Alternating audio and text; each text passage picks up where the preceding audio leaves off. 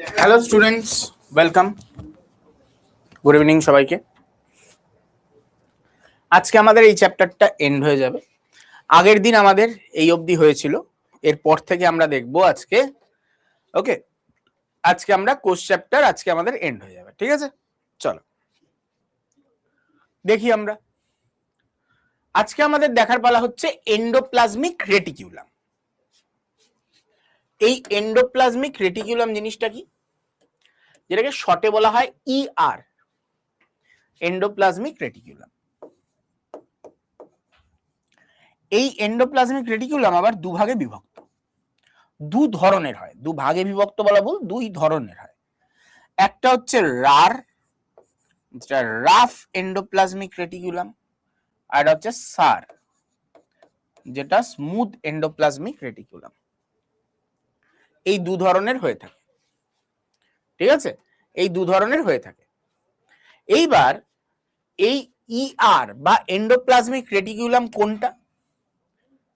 এখানে তোমরা দেখতে পাচ্ছ এই জিনিসটা, এই জিনিসটা দেখতে পাচ্ছ, এটাও এন্ডোপ্লাজমিক রেটিকুলাম। এইখানে যেটা দেখতে পাচ্ছ এটাও এন্ডোপ্লাজমিক রেটিকুলাম।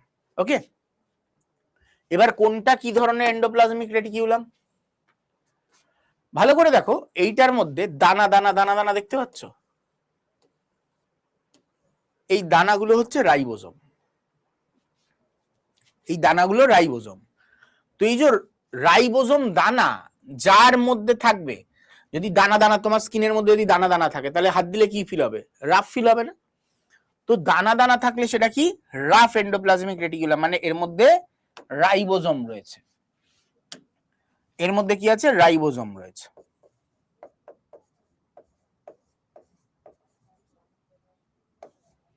আর এইগুলো হচ্ছে রাইবোজোম ছাড়া, এই নালিকাগুলোর মধ্যে এটার মধ্যে রাইবোজোম আছে, এটার মধ্যে রাইবোজোম নেই,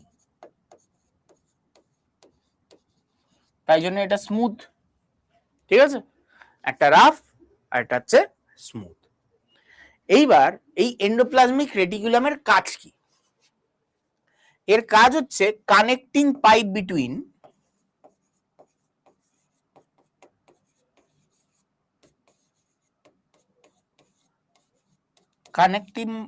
connecting pipe between cytoplasm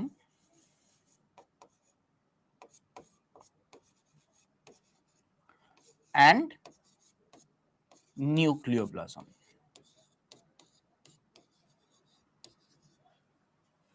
ওকে, মানে কি? ছোটবেলায় তোমাদের কাছে, আমার মনে হয় সবার কাছে এই একটা পেন্সিল বক্স ছিল।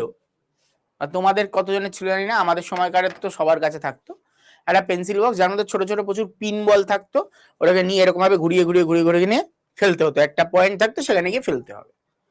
আশা করি তোমরাও দেখেছো ওই পেন্সিল বক্স, তাই তো? এরকম একটা পেন্সিল বক্স যার মধ্যে ওই পিন বল গুলো থাকে, সেটাকে ঘুরিয়ে ঘুরিয়ে নিয়ে কি করা হয়? একটা পয়েন্টে গিয়ে ফেলতে হয়। এর কাজও সেম। একটা ভেসিকেলে করে খাবার বয়ে নিয়ে আসে, যেটা আমরা দেখেছিলাম সেম কাজ করছিল কি গলগি বডি। এও সেম টাইপেরই কাজ করে, ওই ভেসিকেলে করে নিয়ে আসে। এইবার খাবারটা নিয়ে এসে এই পাইপের মধ্যে ঢোকালো, পাইপের মধ্যে খাবারটা ঢুকলো। এইবার এটা রাস্তা খুঁজে খুঁজে খুঁজে খুঁজে খুঁজে খুঁজে খুঁজে খুঁজে খুঁজে খুঁজে কোথায় যাবে? নিউক্লিয়াসের ভিতরে। এলো কোথা থেকে? সাইটোপ্লাজম থেকে। যাচ্ছে কোথায়? নিউক্লিয়াসের ভিতরে, মানে নিউক্লিওপ্লাজমের মধ্যে।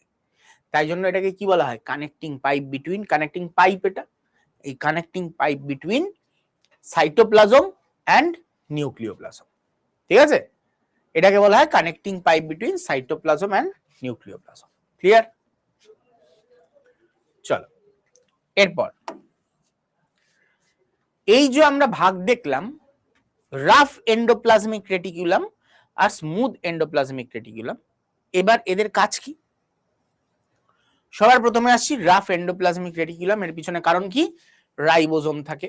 রাফ এন্ডোপ্লাজমিক রেটিকুলামের মধ্যে আমরা রাইবোজোম দানা দেখতে পাবো, তাই জন্য এটাকে রাফ, দেখতে রাফ লাগে বা রুক্ষ লাগে, তাই জন্য এটা রাফ এন্ডোপ্লাজমিক রেটিকুলাম। এর কাজ কি হবে? যার মধ্যে রাইবোজোম আছে তার কাজই হবে কি? প্রোটিন পরিপাক করা। কারণ রাইবোজোমকে কি বলা হয়? Protein factory. তো রাইবোজোম যেখানে থাকবে সেখানে প্রোটিন পরিপাক হবে। আর কি?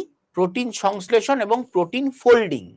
প্রোটিন ফোল্ডিং কি? আমাদের প্রোটিনগুলো যদি ছড়িয়ে ছিটিয়ে থাকে তাহলে সেটা ঠিকঠাক কাজ করতে পারবে না, সেটাকে এক জায়গায় এনে বাঁধা, এটা হচ্ছে কি তোমার প্রোটিন ফোল্ডিং বলা হয়, যেটা রাফ এন্ডোপ্লাজমিক রেটিকুলামে আমরা দেখতে পেয়ে থাকি। ঠিক আছে, গেল এটা। এবার আসছি smooth endoplasmic reticulum. Smooth endoplasmic রেটিকুলামে কি হয়? সার যেটাকে আমরা বলছি, এটাই কি হয়?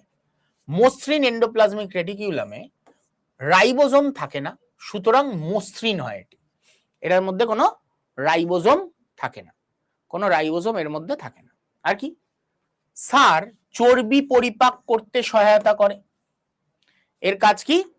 চর্বি পরিপাকে সহায়তা করা। চর্বি মানে ফ্যাট, ফ্যাট পরিপাক করতে এটি সাহায্য করে। এটা প্রোটিন পরিপাক ছিল, এটা ফ্যাট পরিপাক। এবার ফ্যাট পরিপাক মানে সবসময় যে ফ্যাটই পরিপাক করবে তা নয়, ফ্যাট জাতীয় পদার্থও তৈরি করবে, যেমন স্টেরয়েডিয়াল হরমোন, যেগুলো টেস্টোস্টেরন, প্রোজেস্টেরন, ইস্ট্রোজেন, এই টাইপের যে হরমোনগুলো সেগুলো তৈরি করতে সাহায্য করে। আর কি? সার ড্রাগস জেনোবায়োটিক্স এর ডিটক্সিফিকেশনে সাহায্য করে। জেনোবায়োটিক্স কি জিনিস? এই যে জেনোবায়োটিক্স লেখা, জেনোবায়োটিক্স জিনিসটা কি? জেনোবায়োটিক্স মানে আমরা যেটা রেগুলার লাইফে যত দূষিত পদার্থ আমরা গ্রহণ করছি, যা ইচ্ছা যে দূষিত পদার্থগুলো গ্রহণ করছি, যেমন জেনোবায়োটিক্স মানে কি? আমাদের খাবারের মাধ্যমে আমরা পেস্টিসাইড আমাদের শরীরের মধ্যে নিচ্ছি, আমরা বিভিন্ন রকমের অয়েল মিক্সচার আমাদের পেটের মধ্যে যাচ্ছে, তুমি ভাজা পোড়া তেল খাচ্ছ বাইরের, বিভিন্ন রকমের অয়েল মিক্সচার তোমার মধ্যে যাচ্ছে। সিনথেটিক পলিমার, বিভিন্ন এই যে কাগজের কাপে চা খাচ্ছ, যখন গরম চা যখন দেওয়া হচ্ছে তখন তার মধ্যে তো সিনথেটিক পলিমার, প্লাস্টিক সব মিশে যাচ্ছে। আসলে তো ওটা তো কাগজের কাপ না, ওটা প্লাস্টিকেরই এক প্রকার কাপ, তোর মধ্যে তোমার প্লাস্টিকের কণা মিশছে, সেগুলো খাচ্ছ। হাইড্রোকার্বন, হ্যাঁ, আগের পেজটা দিচ্ছি, এখনো পড়ানোই শেষ হয়নি, জাস্ট জেনোবায়োটিক্সটা কি বলে দিচ্ছি। হাইড্রোকার্বন, হাইড্রোকার্বন কি জিনিস? আমাদের রেগুলার লাইফে যত গাড়ি ঘোড়া চলছে, বায়ুর মধ্যে সব কার্বনের কণাগুলো মিশছে, এগুলো সব হাইড্রোকার্বন, এগুলো আমাদের নাকের মধ্যে দিয়ে আমাদের ভিতরে যাচ্ছে। ফুড অ্যাডিসিভস, খাবারের মধ্যে যে অশুদ্ধিগুলো রয়েছে সেইগুলো। ড্রাগস, এইগুলো সব এনভায়রনমেন্টাল পলিউটেন্ট, এগুলো সব। ড্রাগ মানে ওষুধ যে খাচ্ছি আমরা রেগুলার লাইফে, এনভায়রনমেন্টাল পলিউটেন্ট মানে বায়ু দূষণের যে জিনিসপত্র, সবকিছু হচ্ছে জেনোবায়োটিক্স, সবকিছু হচ্ছে জেনোবায়োটিক্স। এই সবকিছু আমাদের শরীরে রেগুলার লাইফে ঢুকছে, এগুলোকে পরিশুদ্ধ করছে কে? কোষের এই স্মুথ এন্ডোপ্লাজমিক রেটিকুলাম। এই স্মুথ এন্ডোপ্লাজমিক রেটিকুলাম এগুলোকে সব পরিশুদ্ধ করে। আর এছাড়া কি বললাম? সারের কাজ কি? স্টেরয়েড হরমোন উৎপাদন এটা, এবং শর্করা বিপাকের জন্য এটি দায়ী। আমাদের কার্বোহাইড্রেট জাতীয় খাদ্য বিপাক করতে এটি সাহায্য করে। তাড়াতাড়ি এটা নোট ডাউন করে নাও ফার্স্ট, এটা তাড়াতাড়ি নোট ডাউন করো ফার্স্ট।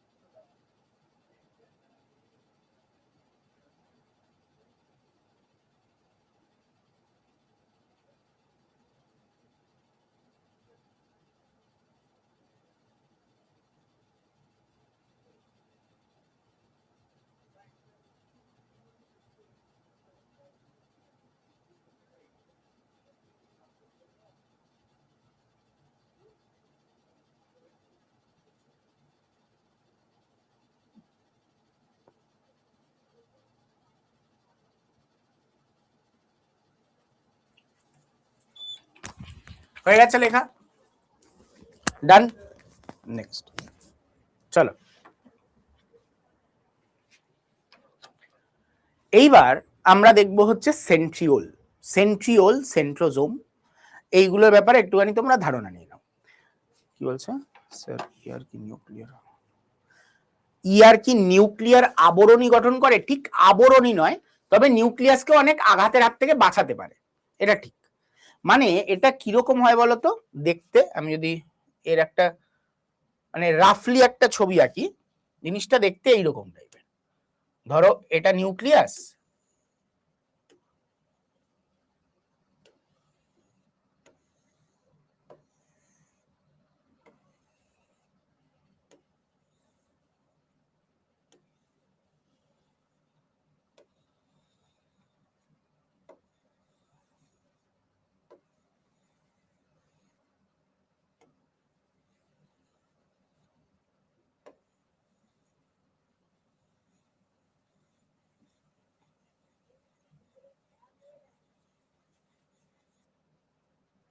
এটা হচ্ছে নিউক্লিয়াস, নিউক্লিয় পর্দা, আর এগুলো হচ্ছে নিউক্লিয় পোর, নিউক্লিয় ছিদ্র, পর্দার গায়ে যে ছিদ্রগুলো থাকে। এইরকম একটা ছিদ্রের সাথেই এই আবরণীটা আটকানো থাকে।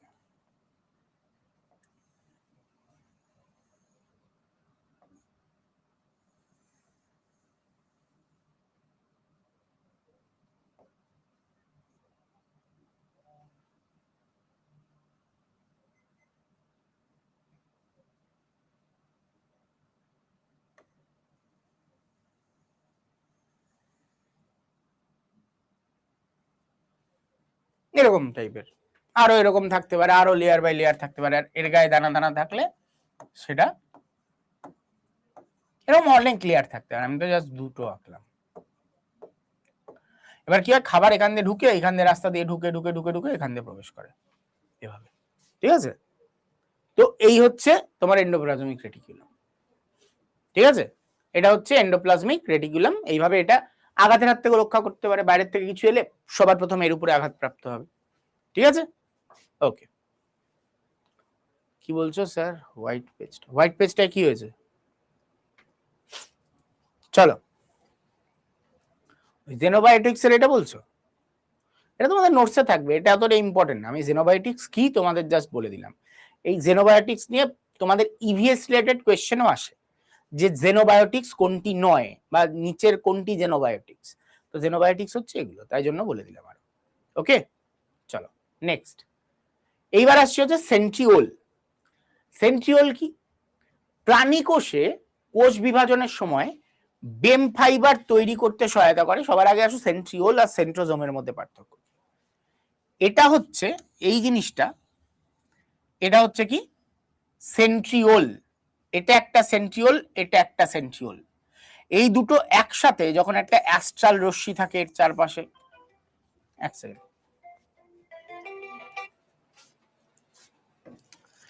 এর চারপাশে যখন অ্যাস্ট্রাল রশ্মি থাকে, হ্যাঁ, এই টোটালটাকে বলা হয় সেন্ট্রোজোম। তখন এই পুরো স্ট্রাকচারটাকে বলা হয় সেন্ট্রোজোম। কিন্তু এক একটা যে সিঙ্গেল সিঙ্গেল যে কৌটোর মতন জিনিস, সেটাকে বলা হয় সেন্ট্রিওল। ঠিক আছে, এটা একটা সেন্ট্রিওল, এটা একটা সেন্ট্রিওল। ওকে, চল এবার নেক্সট। প্রাণী কোষে কোষ বিভাজনের সময় বেম ফাইবার তৈরি করতে সহায়তা করে এটি। এটার থেকেই বেম তন্তু বা স্পিন্ডেল ফাইবার যেটাকে আমরা বলে থাকি,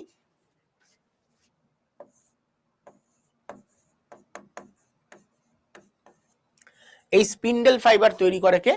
তোমার এই সেন্ট্রিওল। এছাড়া কি সিলিয়া এবং ফ্ল্যাজেলা তৈরি করতে সহায়তা করে। সিলিয়া ফ্ল্যাজেলা তৈরি করা হচ্ছে এর কাজ। সিলিয়া এবং ফ্ল্যাজেলা, যেটা আমরা দেখতে পারি যে এককোষী যে প্রাণীগুলো হয় তাদের দেখবে এরকম সুতোর মতন যে জিনিসগুলো হয়, যেটার উপর ভিত্তি করে এরা স্থান পরিবর্তন করতে পারে। এই সিলিয়া এবং ফ্ল্যাজেলাও কার দ্বারা তৈরি? এই সেন্ট্রিওল দ্বারা তৈরি। আর বেসাল দেহ, বেসাল বডি মানে এই যে ধরো কোষ, এই কোষের যেখানটা বেসাল বডি থাকে, এখানটা ধরো কোষের ভিতরে একটা বেসাল বডি রয়েছে, এখান থেকেই এই যেটা তোমার সিলিয়া যেটা, সে এই জায়গাটা থেকেই তৈরি হয়, এই বেসাল বডিটা থেকে। ঠিক আছে, এই বেসাল বডিটা থেকেই সিলিয়া তৈরি হয়। ওকে, চলো, তো এটাই হচ্ছে কি, এই বেসাল দেহ থেকে দেহগুলি ফ্ল্যাজেলা এবং সিলিয়ার জন্ম দেয়। এবার এই সেন্ট্রিওলের স্ট্রাকচারের ব্যাপারে আমাদের পড়তে হবে। সেন্ট্রিওলের স্ট্রাকচার দেখার আগে আমাদের একটা বেসিক জিনিস জানতে হবে, মাইক্রোটিউবিউল। আচ্ছা, মাইক্রোটিউবিউল কোনটা জানো? এই যে সেন্ট্রিওলের গায়ে একটা পাইপ দেখতে পাচ্ছ, এক একটা পাইপ দেখতে পাচ্ছ, এগুলোই হলো কি সেন্ট্রিওল। একটা মাইক্রোটিউবিউল, এগুলো এক একটা মাইক্রোটিউবিউল। আমরা কি জানি সেন্ট্রিওল কাদের থাকে? প্রাণী কোষের সেন্ট্রিওল থাকে বা সেন্ট্রোজোম প্রাণী কোষে থাকে, উদ্ভিদ কোষে কিন্তু থাকে না। তাহলে উদ্ভিদ কোষে এই কোষ বিভাজনের সময় যে বেম ফাইবার বা স্পিন্ডেল ফাইবার যেটা তৈরি হবে, এটা তৈরি করবে কে? উদ্ভিদ কোষেরও তো কোষ বিভাজন হয়, তাহলে তার কোষ বিভাজনের সময় এটা তৈরি করবে কে? তার কোষ বিভাজনের সময় এটা তৈরি করবে কে? এই মাইক্রোটিউবিউল। ওকে, এই মাইক্রোটিউবিউলের কাজ কি? এই মাইক্রোটিউবিউল সেম জিনিস, উদ্ভিদ কোষে কোষ বিভাজনের সময় তাদের স্পিন্ডেল ফাইবার বা বেম তন্তু যেটাকে বলে থাকি স্পিন্ডেল ফাইবার, হ্যাঁ, বা বেম ফাইবার, সেটা তৈরি করতে সহায়তা করে। এছাড়া শুক্রাণু তৈরি করতে সহায়তা করে। শুক্রাণুর যে গঠন, যেটাকে স্পারমাটোজেনেসিস বলা হয়, সেই স্পারমাটোজেনেসিসে সহায়তা করে।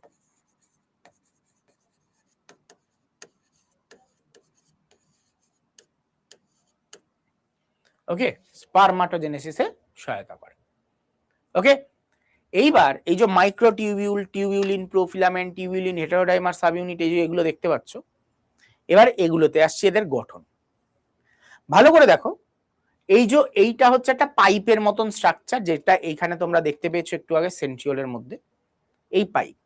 ঠিক আছে, এই এক একটা পাইপ হচ্ছে কি, এই যে এই স্ট্রাকচার, এই এক একটা মাইক্রোটিউবিউল। এই মাইক্রোটিউবিউল কি নিয়ে গঠিত? টিউবিউলিন, প্রোফিলামেন্ট। আর এই টিউবিউলিন প্রোফিলামেন্ট গুলোর মধ্যে কি থাকে? এরকম জোড়ায় জোড়ায় দেখতে পাচ্ছ, টিউবিউলিন, হেটারোডাইমার, সাব ইউনিট। কি? টিউবিউলিন, হেটারোডাইমার, সাব ইউনিট, এগুলো থাকে। এইবার এর গঠনকে যদি লক্ষ্য করো, ওই এক একটা সেন্ট্রিওলের স্ট্রাকচার এরকম হয়। এটাকে বলা হয় কার্ট হুইল মডেল। কি বলা হয়? Cart wheel model. এই স্ট্রাকচারটা যদি লক্ষ্য করো, আমি যদি নিচ থেকে উপরের দিকে যাই, এই যে টিউবিউলিন, হেটারোডাইমার, সাব ইউনিট, অনেকগুলো টিউবিউলিন, হেটারোডাইমার, সাব ইউনিট দিয়ে কি তৈরি হয়? টিউবিউলিন প্রোফিলামেন্ট।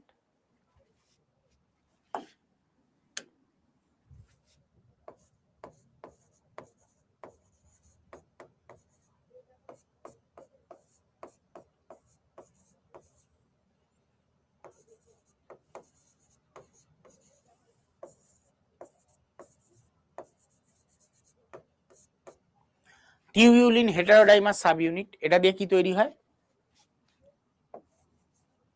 টিউবিউলিন প্রোফিলামেন্ট।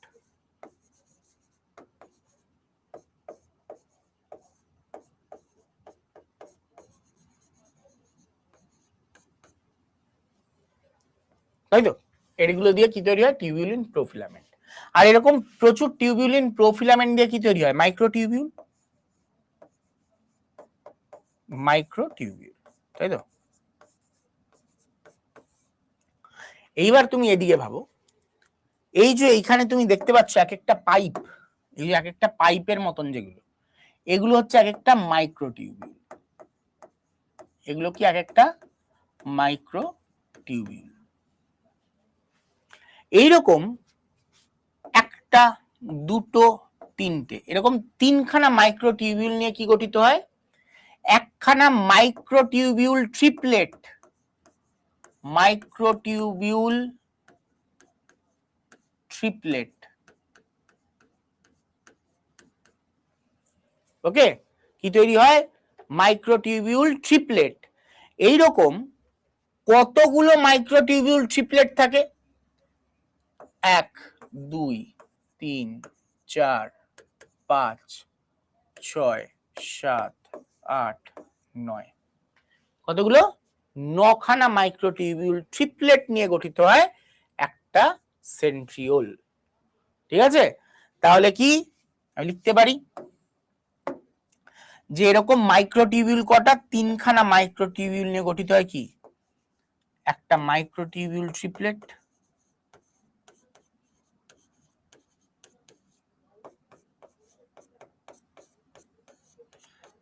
এইরকম 9খানা মাইক্রোটিউবিউল ট্রিপলেট নিয়ে গঠিত হয় কি? একটা সেন্ট্রিওল। ওকে, আর এরকম দুটো সেন্ট্রিওল নিয়ে কি গঠিত হয়? একটা সেন্ট্রোজোম।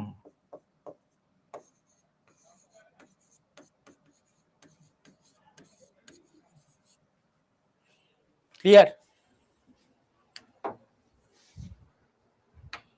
ক্লিয়ার?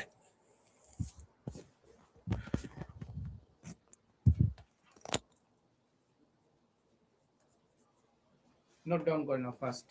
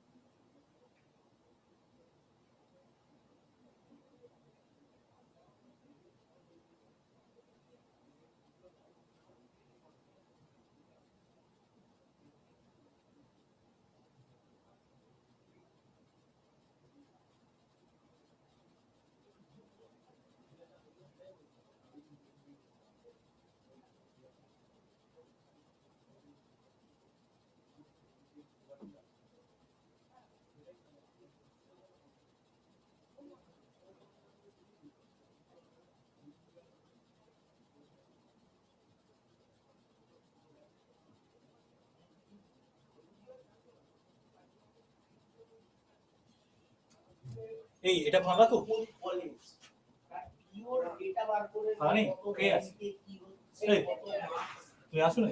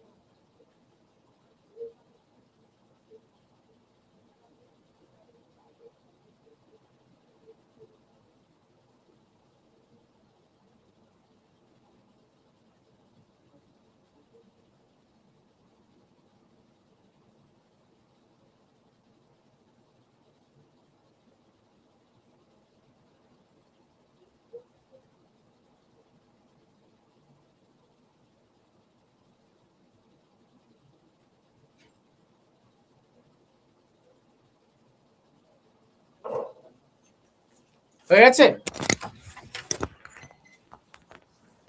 হয়ে গেছে, ডান। নেক্সট, এইবার আমরা দেখব ভ্যাকুওল। এবার আমরা দেখব ভ্যাকুওল। ভ্যাকুওলের কাজ কি? ভ্যাকুওল মানে হচ্ছে কোষ গহ্বর। কোষ গহ্বর ফাঁকা স্থান, কিন্তু অরিজিনালি ফাঁকা হয় না, এর মধ্যে একটা লিকুইড থাকে যেটাকে বলা হয় সেল স্যাপ। এর মধ্যে যে লিকুইডটা থাকে একে কি বলা হয়? Cell sap. এবং এর উপরে একটা কভারিং থাকে, একটা কভার থাকে, সেই কভারটাকে কি বলা হয়? টোনোপ্লাস্ট। কভারটাকে বলা হয় টোনোপ্লাস্ট। আর কি, এটি অ্যামিবার মতন এককোষী প্রাণীদের অসমো রেগুলেশন বা ক্ষরণে সহায়তা করে। এর কাজ হচ্ছে কি? ক্ষরণ করা, খাদ্য গ্রহণ করা। যারা এককোষী প্রাণী তাদের শরীরে ক্ষরণও করবে, খাদ্য গ্রহণও করবে, সবকিছুই এটি করে থাকে। তো এই যে অসমো রেগুলেশন, এই কথাটা খুব ইম্পর্টেন্ট। অসমো রেগুলেশনে সাহায্য করে কে? আমাদের কোষ গহ্বর। এই কোষ গহ্বর উদ্ভিদ দেহে আকারে বড়, সংখ্যায় কম, প্রাণী দেহে আকারে ছোট, সংখ্যায় বেশি থাকে। ঠিক আছে, ক্লিয়ার? এইবার এই যে এই কোষ গহ্বর, এই কোষ গহ্বরের কাজ অসমো রেগুলেশনের মাধ্যমে খাবার ভিতর থেকে বাইরে, বর্জ্য পদার্থ ভিতর থেকে বাইরে পাঠানো, আর খাবারকে বাইরে থেকে ভিতরে নিয়ে আসা। হ্যাঁ, আরেকটা জিনিস, এই যে কোষ গহ্বর, এটা কিন্তু যেগুলো হয় মানে তোমার ফাঙ্গি সেল, ফাঙ্গিতে কিন্তু ভ্যাকুওল কি করে? ভ্যাকুওল ফ্যাগোসাইটোসিসও কিন্তু ঘটায়। ফ্যাগোসাইটোসিস, জীবাণু ধ্বংস করে। ফ্যাগোসাইটোসিস ঘটে। ঠিক আছে, চলো এর পরের পয়েন্ট, সেটা হচ্ছে পারক্সিজম। পারক্সিজম কি? পারক্সিজম হচ্ছে সার বা স্মুথ এন্ডোপ্লাজমিক রেটিকুলাম থেকে প্রাপ্ত লাইসোজোমের মতো একটি অংশ। লাইসোজোমের কাজ কি? জীবাণু ধ্বংস করা। এরও কাজ জীবাণু ধ্বংস করা, কিন্তু কাদের দেহে করে এটা? উদ্ভিদ দেহে। উদ্ভিদ দেহে কি থাকে না? উদ্ভিদ দেহে লাইসোজোম থাকে না। তো উদ্ভিদ দেহে জীবাণু ধ্বংস করবার জন্য এও কি করে? ফ্যাগোসাইটোসিস ঘটায়। আমরা কি দেখতে পাবো এর ক্ষেত্রে? আমরা ফ্যাগোসাইটোসিস দেখতে পাবো। ঠিক আছে, এও কি করে? ফ্যাগোসাইটোসিস ঘটায়। পারক্সিজম অক্সিডেশনের মাধ্যমে ফ্যাটি অ্যাসিডকে ভাঙতে সহায়তা করে। ফ্যাটি অ্যাসিডকে ভাঙা এর কাজ। পারক্সিজমের সব থেকে বেশি অক্সিজেনের ব্যবহার দেখতে পাওয়া যায়, এই জন্য নামও পারক্সিজম, কারণ এর মধ্যে সব থেকে বেশি অক্সিজেন আমরা ক্ষয় হতে দেখব। তো এটা হচ্ছে পারক্সিজমের সব থেকে বেশি অক্সিজেনের ব্যবহার দেখতে পাওয়া যায়। ক্লিয়ার? এরপরে আসছি তারপরের পয়েন্ট, সেটা হচ্ছে নিউক্লিয়াস। ওকে, আচ্ছা এই দুটো নোট ডাউন করে নাও ফার্স্ট। ক্লাস চলাকালীন নোট করে নিলে তোমার আর পরে গিয়ে পড়ার ঝামেলাটা থাকবে না। আর শর্ট নোট বানাবে, অলওয়েজ শর্ট নোট, অলওয়েজ ক্লাসে শর্ট নোট বানাবে। তাড়াতাড়ি লিখে নাও এটা।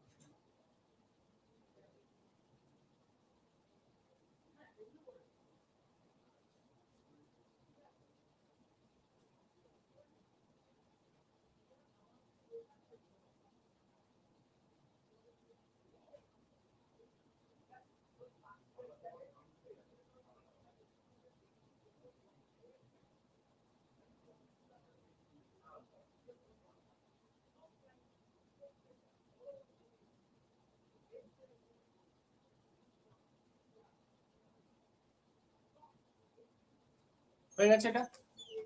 এবার এটা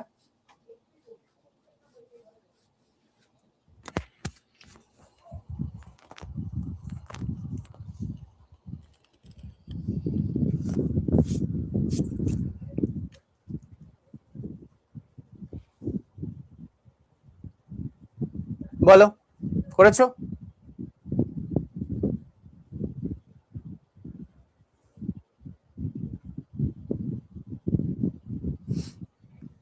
আমাদের লাস্ট এরপরে হচ্ছে নিউক্লিয়াস। নিউক্লিয়াস দেখলে আমাদের চ্যাপ্টার এন্ড।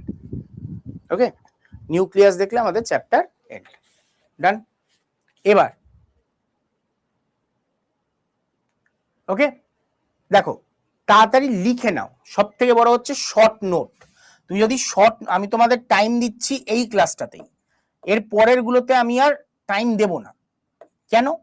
আগের ক্লাসগুলোতে আমি টাইম দিইনি, কারণ আগের ক্লাসগুলোতে আমি জানি যে ওটা তুমি শর্ট, মানে যখন ডিজিজ চ্যাপ্টার পড়িয়েছি বলো, বা তোমাদের যখন আমি ভিটামিন চ্যাপ্টার পড়িয়েছি, সেগুলোতে আমি টাইম দিইনি। কেন? কারণ ওটা আমি জানি যে ওটা তুমি যেটা আমি লিখে দিয়েছি ওটাও যদি তুমি রিডিং করে নাও কোনো অসুবিধা নেই। কিন্তু এই চ্যাপ্টারগুলোতে, এই যে তোমাকে আমি একটা জাস্ট ছোট্ট করে একটা উদাহরণ দিচ্ছি, তুমি ভাবো এইখানে কত বড় কথা লেখা আছে। ধরো এই পার্টটায় এন্ডোপ্লাজমিক রেটিকুলাম, এত কিছু লেখা আছে, এটাকে জাস্ট এইটুকুনির মধ্যে আনবে কি করে? মানে তোমার খাতার এইটুকুনি জায়গার মধ্যে এটাকে নিয়ে আসতে হবে। ওকে, জাস্ট ছোট্ট জায়গার মধ্যে নিয়ে আসতে হবে। যেমন আমি যদি এটার একটা শর্ট নোট বানাতে চাই, আমি কি লিখবো? Endoplasmic reticulum. তো আমি যেটা পড়লাম এন্ডোপ্লাজমিক রেটিকুলাম, কি করব? আমি এন্ডোপ্লাজমিক রেটিকুলাম লিখলাম। এন্ডোপ্লাজমিক রেটিকুলামের দুটো ভাগ, একটা স্মুথ এন্ডোপ্লাজমিক রেটিকুলাম, একটা রাফ এন্ডোপ্লাজমিক রেটিকুলাম। হলো? এইবার এদের কাজ কি? স্মুথ এন্ডোপ্লাজমিক রেটিকুলাম, রাইবোজোম নেই, রাইবোজোম আছে। এ কি করবে? এ হচ্ছে স্টেরয়েডিয়াল হরমোন,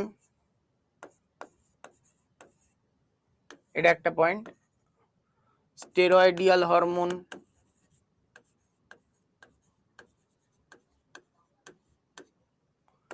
ফ্যাট সিনথেসিস, এটা কি করে? Protein synthesis.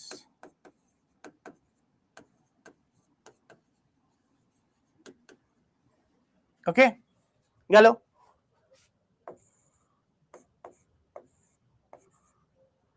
জেনোবায়োটিক ডিটক্সিফিকেশন,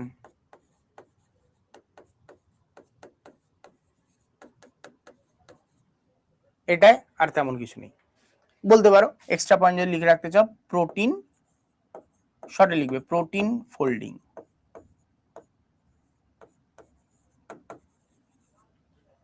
আর কিছু আছে? দেখো তো এইটুকুনি ছিল জিনিসটার মধ্যে লেখা। যদি একবার লেখাটাকে লক্ষ্য করো, তোমার সব ঘুরিয়ে ফিরিয়ে এই জিনিসই লেখা আছে এখানে, এত বড় করে এই জিনিসটাই লেখা আছে এখানে, এত বড় করে এই জিনিসটাই লেখা আছে, কিন্তু তোমার এখানে কতটা নোটে চলে এলো। এই জন্য বলি নোটটা করে নিলে কি হবে, পরীক্ষার আগে তোমাকে বেশি পড়তে হবে না। পরীক্ষার আগে তুমি জাস্ট এইটুকুনি জায়গায় চোখ বোলাবে, পরীক্ষায় যে কোয়েশ্চেন আসবে সব পেরে যাবে। বুঝতে পারলে? এই জন্য বলি আমি নোটটা করে নিতে। তোমাকে যদি অঢেল টাইম দিয়ে আমি নোট করবার, যেমন হচ্ছে পড়া হয়ে গেল, আমি তোমাকে নোটটা দিয়ে দিলাম, এবার লেখো। তুমি কি করবে? এই নোট দেখে পুরো পুরো বাক্য, তোমাদের মধ্যে কে কে আছো যে নোট বানাও যখন এই পুরো পুরো বাক্য দেখে দেখে লিখতে থাকো? তোমাদের থাকবেই এটা, আমি তোমাদের দোষ দিচ্ছি না, এটাই প্রবলেমে পড়বে। তোমাদের মধ্যে কে আছে যারা যখন নোট করো সম্পূর্ণ পুরো পুরো বাক্যে নোট করো? দেখো প্রচুর আসবে ছেলে মেয়ে যারা বলবে যে আমি করি আমি করি। মেন তুমি কি করছো বলো তো? একটা বইয়ের থেকে টুকে টুকে একটা বই লিখছো। তুমি একটা বইয়ের থেকে টুকে টুকে বই লিখছো, তাহলে তোমার লাভ কি? তুমি পিডিএফটাই পড়তে পারতে। তুমি যদি পূর্ণ বাক্যেই লেখো তাহলে তোমার নোট করার মানে নেই, কোনো মানে নেই। তোমাকে পরীক্ষার হলে যাওয়ার আগে, তোমাকে 7 দিন আগে আমি একটা বই দিলাম, যে বইটা 500 পাতার মোটা একটা বই দিলাম, বললাম 7 দিনের মধ্যে বইটা পড়লে তোমার A to Z সব পড়া হয়ে যাবে। আর ওই 500 পাতার বইয়ের মধ্যে যেটা লেখা আছে ওইটাই আমি একটা 50 পাতার বই বানিয়ে দিলাম। তার মানে এই নয় যে লেখাগুলো ছোট ছোট সাইজ করে দিয়েছি, তা নয়। একই সাইজের লেখা, একই সাইজের সব, কিন্তু সবকিছু গ্রাফিক্যাল ফরম্যাটে, সব গ্রাফ অ্যারো দিয়ে ইয়ে দিয়ে বোঝানো। 500 পাতার বইটাকে আমি 50 পাতা বানিয়ে দিয়েছি। তুমি কোনটা পড়ে শেষ করতে পারবে? তুমি 50 পাতার বইটা পড়ে শেষ করতে পারবে। শেষ করতে পারো না পারো, অন্তত তোমার কনফিডেন্স 10 গুণ বেড়ে যাবে। 500 পাতার বই তো আমি শেষ করতে পারবো না, আমার মনের মধ্যে এটাই চলবে, পড়বো কখন, এতটা পড়বো কখন। কিন্তু 50 পাতার বই হলে তুমি ডেফিনেটলি তোমার মাথায় চলবে যে হ্যাঁ এটা ইজি, আমি পাস করে যাবো, এটা পার করেই দেবো। তো এই জন্য দরকার হচ্ছে শর্ট নোট। ওকে, শর্ট নোট না করলে যেটা হবে, তুমি বছরের পর বছর পরীক্ষা দিয়ে যাবে, কোনোবার পাস করবে না। কারণ তোমার ওই যে রিভিশন, যেটা সব থেকে ইম্পর্টেন্ট, লাস্ট 7 দিন 10 দিনের যে রিভিশন, সেটা তুমি দিতে পারবে না, এবং পরীক্ষা হলে সব ঘেটে ঘ হয়ে আসবে। ঠিক আছে? যত সম্ভব ছোট্ট ছোট্ট করে লিখতে হবে। স্যার হিস্ট্রি জিওগ্রাফিতে এইভাবে শর্ট নোট করবো কি করে? বরঞ্চ সায়েন্সে শর্ট নোট করা কঠিন, হিস্ট্রি জিওগ্রাফি তো আরো ইজি। তোমাকে কেউ লিখতে বলেছে পানিপথের যুদ্ধে নেবে রাজা এইভাবে ঘ্যাঁচ ঘ্যাঁচ করে তরোয়াল চালালেন? লাগবে না তো এইসব গল্প। লাগবে কি? পানিপথের যুদ্ধ হয়েছিল কত সালে? পানিপথের যুদ্ধে কে যুদ্ধ করেছিলেন? হেরেছিলেন কে? জিতেছিলেন কে? হারার পাশে টিকমার্ক, জেতার পাশে টিকমার্ক দাও, হারার পাশে ক্রস চিহ্ন দাও। কোন রাজা যুদ্ধ করতে গিয়ে পালিয়ে গেছিলেন, একটা চিহ্ন দাও, পালিয়ে যাওয়া। এবং অ্যারোটা দাও, অ্যারোটা দিয়ে লেখো পালিয়ে যান এত সালে অমুক জঙ্গলে। আমি জাস্ট তোমাদের পরীক্ষায় যেগুলো আসবে, পানিপথের যুদ্ধের কারণ, এক একটা শব্দে কারণগুলো লেখো। এইভাবে করতে হবে নোট, নাহলে জীবনও শেষ করতে পারবে না। ক্লিয়ার? জাস্ট তোমাকে তো প্রশ্ন আসবে হচ্ছে এমসিকিউ, তুমি কেন গল্প লিখতে যাবে?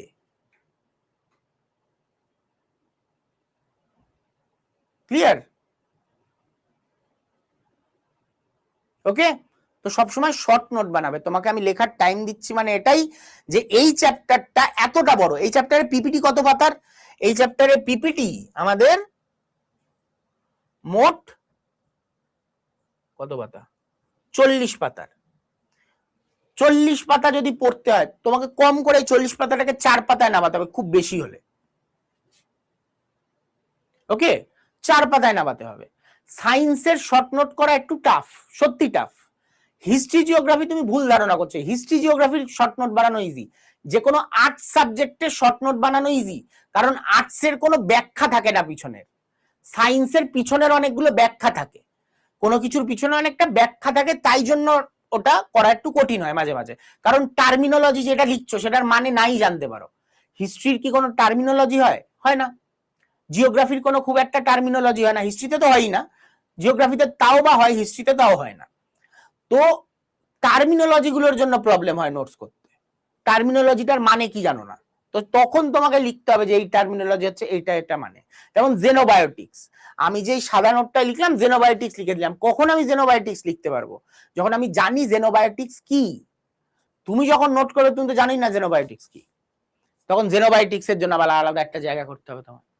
এই করে করে নোট বাড়বে, ঠিক আছে?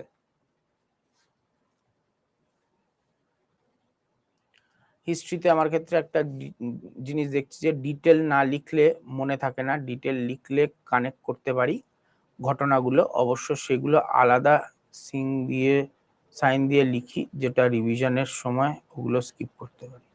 হ্যাঁ, সাইন দিয়েই তোমাকে লিখতে হবে, সাইন ল্যাঙ্গুয়েজে। তুমি বলছো হিস্ট্রি ডিটেল না লিখলে, মানে গল্প না লিখলে তুমি মনে রাখতে পারবে না। গল্প মনে রেখেই বা কি করবে? গল্প তোমার কোন কাজে লাগবে? তোমার যদি মনে হয় যে গল্প মনে রেখে আমার পুরো হিস্ট্রি মনে থাকছে, সে থাকছে, ঠিক আছে, কিন্তু আমাদের মেমোরি না একটা লিমিটেড মেমোরি হয়। আমাদের ওখানে একটা জিবি লিমিটেড, যে এত জিবি মেমোরি তোমার। তুমি যদি ওখানে গল্প দিয়ে মেমোরিটাকে ভরাও, তোমার আস্তে আস্তে মেমোরি কমতে থাকবে। যত পারবে নিজেকে হালকা রাখার চেষ্টা করবে পড়ার জায়গা থেকে, ঠিক আছে?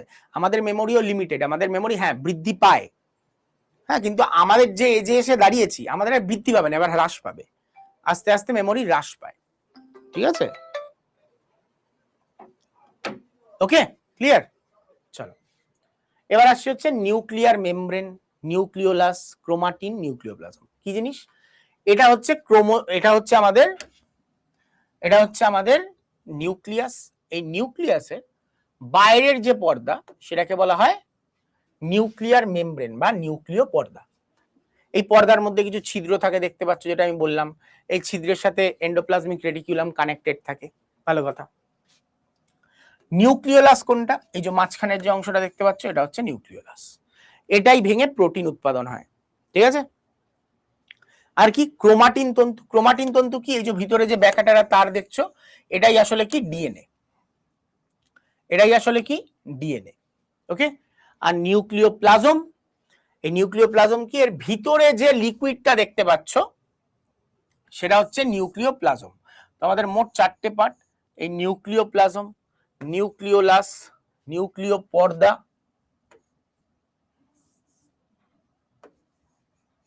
ওকে, আর হচ্ছে ক্রোমাটিন তন্তু। এই ক্রোমাটিন তন্তুই কি আসলে ডিএনএ, ওকে? এটাই হচ্ছে ডিএনএ। ব্যাস, চ্যাপ্টার শেষ। নিউক্লিয়াসের কাজ কি? নিউক্লিয়াস আমাদের ব্রেনের সব তথ্য কন্ট্রোল করে। এটাকে কি বলা হয়? আমাদের ব্রেন বলছি, কোষের সব তথ্য বহন করে, তাই জন্য এটাকে কি বলা হয়? Brain of cell. পুরো কোষকে নিয়ন্ত্রণ করে হচ্ছে এই আমাদের নিউক্লিয়াস। এছাড়া কি প্রোটিন, এনজাইম এগুলো সংশ্লেষণ করা হচ্ছে এর কাজ। কোষ বিভাজন করতে সহায়তা করে, কোষ বৃদ্ধিতে সহায়তা করে, কোষ বিভাজন, কোষ বৃদ্ধি এগুলো হচ্ছে এর কাজ। ডিএনএ, আরএনএ, রাইবোজোমের স্টোরেজ এগুলো হচ্ছে এর কাজ। ডিএনএ, রাইবোজোম, আরএনএ এগুলোকে স্টোর করা হচ্ছে এর কাজ। প্রোটিনে এমআরএনএ প্রতিলিপি নিয়ন্ত্রণ, এটা এখন বুঝতে পারবে না, পরের দিন বোঝাবো, এটা এখন মাথায় ঢুকবে না। আর এটা হচ্ছে রাইবোজোম উৎপাদন, রাইবোজোম তৈরি করাও এর কাজ, এই নিউক্লিওলাসের কাজ, ঠিক আছে? ক্লিয়ার? ব্যাস, চ্যাপ্টার শেষ, আর কিছু নেই এই চ্যাপ্টারে। তোমাদের নোটটা আপলোড দিয়ে দিচ্ছি, বলো তুমি কি জানতে চাও?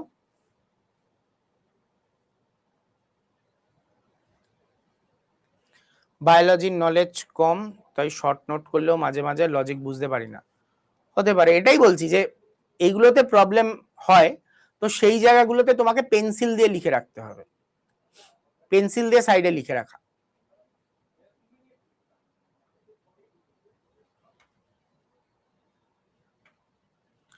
ইংরেজি প্রচুর দিয়েছে, ঢুকতে পারছি না, কিছু করার নেই, লিখতে হবে। দেখো এই যে তুমি এই টাইমে যে পড়ছো, তুমি যদি ভাবো এই টাইমে তুমি পরীক্ষা ক্র্যাক করে যাবে, এটা নয়।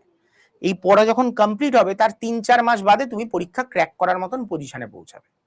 আমি যদি এখনই বলে দিই যে পড়তে পড়তে পাস করে যাবে, যদি কোনো টিচার বলে থাকে, আমি স্ট্রেট ফরওয়ার্ড কথা বলতে ভালোবাসি, আমাদের মধ্যেও যদি কেউ বলে থাকে মিথ্যা কথা বলেছে জাস্ট তোমাকে ভর্তি করাবার জন্য। যাত্রা 3-4 মাসের হয় না, মানে এই যে এই পাথটা 3-4 মাসের নয়। তো তুমি যদি মানে ভর্তি হয়ে থাকো 3-4 মাস আগে, আর তুমি ভাবছো যে এখন পরীক্ষা আসবে আমি পাস করে যাব, এতটা সহজ তো জার্নি নয়। খোলাখুলি কথা বলতে পছন্দ করি। কম করে 1.5 থেকে 2 বছর লাগবে তোমার এটা পাস করতে, তুমি যদি অ্যাভারেজ স্টুডেন্ট হও। আবার বলছি অ্যাভারেজ স্টুডেন্ট হও। ব্রিলিয়ান্ট স্টুডেন্ট হলে 7-8 মাসে পাস করে যাবে, 6-7 মাসে পাস করে যাবে। ব্রিলিয়ান্ট যারা ছোটবেলা থেকেই ফার্স্ট হয়, সেকেন্ড হয়, এরকম ছেলেমেয়েরা 6-7 মাসের মধ্যে পাস করে যাওয়ার সম্ভাবনা থাকে। পাস করবেই এমন নয়, সম্ভাবনা থাকে, কারণ তার বেস খুব ক্লিয়ার। 9-10 খুব ভালোভাবে পড়েছে, 11-12 খুব ভালোভাবে পড়েছে। ম্যাক্সিমাম তোমরা নিজেরাও জানো তোমরা কতটা ভালোভাবে 11-12 মাধ্যমিক পড়েছো। আশা করি নিজেরা নিজেদের সাথে সৎ থাকলে এটুকুনি বলতে পারবে যে ভাই ওখানে তো গাফিলতি হয়েছে। ওখানে যদি গাফিলতি হয়ে থাকে আর যদি তুমি কোনো জায়গায় দুর্বল হও, তাহলে 3-4 বছরের আগে গল্প ভেবো না। আমি কঠিন বাস্তব বলতে বিশ্বাসী। তোমার নিজেকে রিকভার করতে 2 থেকে 3 বছর লেগে যাবে, ঠিক আছে? আমি সবসময় ওই তোমাকে মিথ্যা আশ্বাস দিয়ে জাস্ট ভর্তি করিয়ে নেবো, জাস্ট আমার চলে আসবে আমার হাতে, আমি একদম পছন্দ করি না। যেটা বাস্তব সেটা মানতে শেখো। তুমি যখন লাইফে 2 থেকে 4 বছর ওখানে মানে গাফিলতি করেছো, তুমি নিজের 4টে বছর নষ্ট করেছো, ভগবান আবার ওটাকে রিকভার করাতে তোমার 2 বছর নষ্ট করাবে কম করে, ঠিক আছে? তোমাকে যদি বলি আরে 6 মাসে পাস করে দেবো, হবে না। তোমার আগে গোড়াটাকে তৈরি করতে হবে, তোমার আগে গোড়া হবে, তারপরে তোমার গাছ দাঁড়াবে। তো তোমার ওই গোড়াটা করার জন্য তুমি 4 বছর যে ফাঁকি দিয়ে এসছো, তার জন্য তো অন্তত 2 বছরের আরো মাসুল তো গুনতে হবে তোমার। এবং মাসুলটা গোনার পর তারপরে গিয়ে তুমি একটা স্ট্রং বেস তৈরি হবে, তারপরে তুমি ধাক্কা খাবে 1 বছর। 1 বছর তোমাকে ধাক্কা খেতে হবে, 1 বছর ধাক্কা খাওয়ার পর তুমি গিয়ে দাঁড়াবে। আর যার বেস ভালো ছিল, মিডিওকার স্টুডেন্ট ছিল, সে আরামসে 1 বছরের মধ্যে পেয়ে যায়। আর যারা খুব ব্রিলিয়ান্ট, মানে অঙ্ক দেখে উত্তর বলে দেয়, এরকম অনেকে আছে না, যারা অঙ্কে অসাধারণ, দেখে উত্তর বলে দেয়, ইংলিশ অসাধারণ, হ্যাঁ, জিকে রিকভার করে নেবে, জিকে তৈরি করে নেবে, কারণ জিকেতে তো কিছুই নেই। হ্যাঁ, ছোটবেলায় যারা ভালো স্টুডেন্ট হয়, যারা 600-700 পেয়েছে, তারা সায়েন্সেও যেমন ভালো, যারা সায়েন্স নিয়ে পড়ে, তারা কেন ম্যাক্সিমাম এক্সাম ক্র্যাক করে? তোমরা বলো না সায়েন্সের ছেলে, ওর কাছে তো পরীক্ষা ক্র্যাক করা ইজি। ওর কাছে পরীক্ষা ক্র্যাক করা ইজি নয়। ম্যাটারটা হচ্ছে সায়েন্সেরও যত ওয়েটেজ, আর্টসেরও ততই ওয়েটেজ। খালি সায়েন্স নিয়ে যে পড়েছে সে সাধারণত বেশি মার্কস পেয়ে তো ভর্তি হয়েছে মাধ্যমিকে। এবার সবার ক্ষেত্রে আমি সেম বলছি না, কিন্তু তারা কি হয়, তারা মাধ্যমিকে ভেবে দেখো, সে খালি সায়েন্সে বেশি পেয়েছে এটা নয়, সে ইতিহাসেও বেশি পেয়েছিল, সে ভূগোলেও বেশি পেয়েছিল, সে বাংলাতেও বেশি পেয়েছে, সে ইংলিশেও বেশি পেয়েছে। কেন? কারণ সে পড়াশোনাটা ওভারঅল ভালো, তাই জন্য তারা চাকরি পায়, কারণ বেসটা ভালো তার, ঠিক আছে? তো ওটাই বলছি, তোমাকে এখন বেস তৈরি করার কথা ভাবতে হবে। ওই মিথ্যা আশ্বাসে কান দিয়ে লাভ নেই। তোমাকে মিথ্যা আশ্বাস দিয়ে আমি তোমাকে আত্মবিশ্বাসে ভরিয়ে দিলাম, তারপরে গিয়ে পরীক্ষার হলে গিয়ে ফুস। আগে নিজেকে বোঝো যে তুমি কি, তুমি কোন লেভেলের, তুমি যে লেভেলের, তুমি যদি সেটা বুঝে যাও, তোমার কাছে পরীক্ষা ক্র্যাক করা ইজি হবে, ঠিক আছে? নিজের বেসটাকে ক্লিয়ার করো, দেন দেখো ধীরে ধীরে ধীরে ধীরে ধীরে তোমার ইমারত গড়তে থাকবে, ঠিক আছে? ওকে, চলো, চাপ নিও না। অবশ্যই সবাই শর্ট নোটই লেখো। যে কোনোটা যদি কোনো টার্মিনোলজি বুঝতে অসুবিধা হয়, সেটাকে সাইডে একটা পেন্সিল দিয়ে লিখে নিতে পারো, এই টার্মিনোলজির মানে হচ্ছে এটা, বা এই টার্মিনোলজি এটাকে বলে, ঠিক আছে? চলো, টাটা।